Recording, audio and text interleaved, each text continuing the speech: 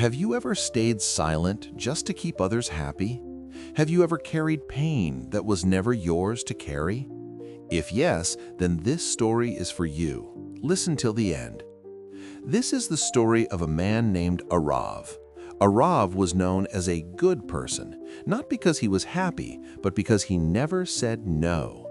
Since childhood, Aarav learned one thing very clearly. If you want love, don't create problems. So he adjusted, he agreed, he smiled even when it hurt. At home, he fulfilled everyone's expectations. At work, he took extra load without complaint. With friends, he always understood others, but no one tried to understand him. People said, "You are so kind, you are so patient." And Aarav believed that suffering quietly was the price of being loved. But slowly, something inside him started breaking. Every night when the world slept, Aarav stared at the ceiling. His chest felt heavy, his heart felt tired. He asked himself questions he was afraid to answer. Why am I always exhausted? Why do I feel empty even when I help everyone? Why does my pain matter the least? One day at work, his boss blamed him for a mistake he didn't make. Aarav opened his mouth to speak, then closed it, because he didn't want conflict, because he didn't want to look bad. That night, something changed. He sat alone, and for the first time, he cried. Not loud, just silent tears. He realized a painful truth. He was suffering not because people were cruel, but because he never set boundaries. A few days later, Aarav visited an old teacher, a woman who once believed in him. She looked at his tired face and asked softly, "Who are you living for?" Aarav stayed silent.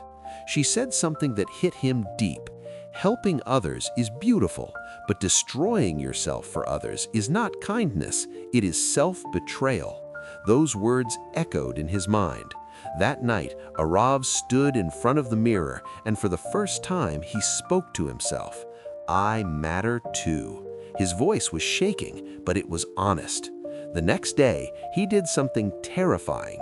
He said no. Not loudly, not angrily, just calmly. And guess what?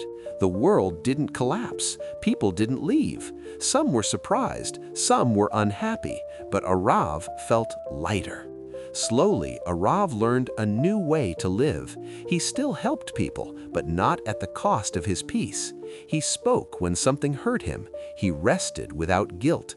He chose himself without apology. And something beautiful happened. The people who truly cared stayed and respected him more. The ones who only benefited from his silence slowly faded away. And Aarav finally understood the lesson. You are not responsible for everyone's happiness.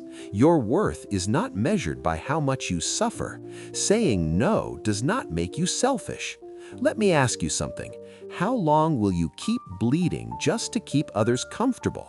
How long will you ignore your pain to protect someone else's smile?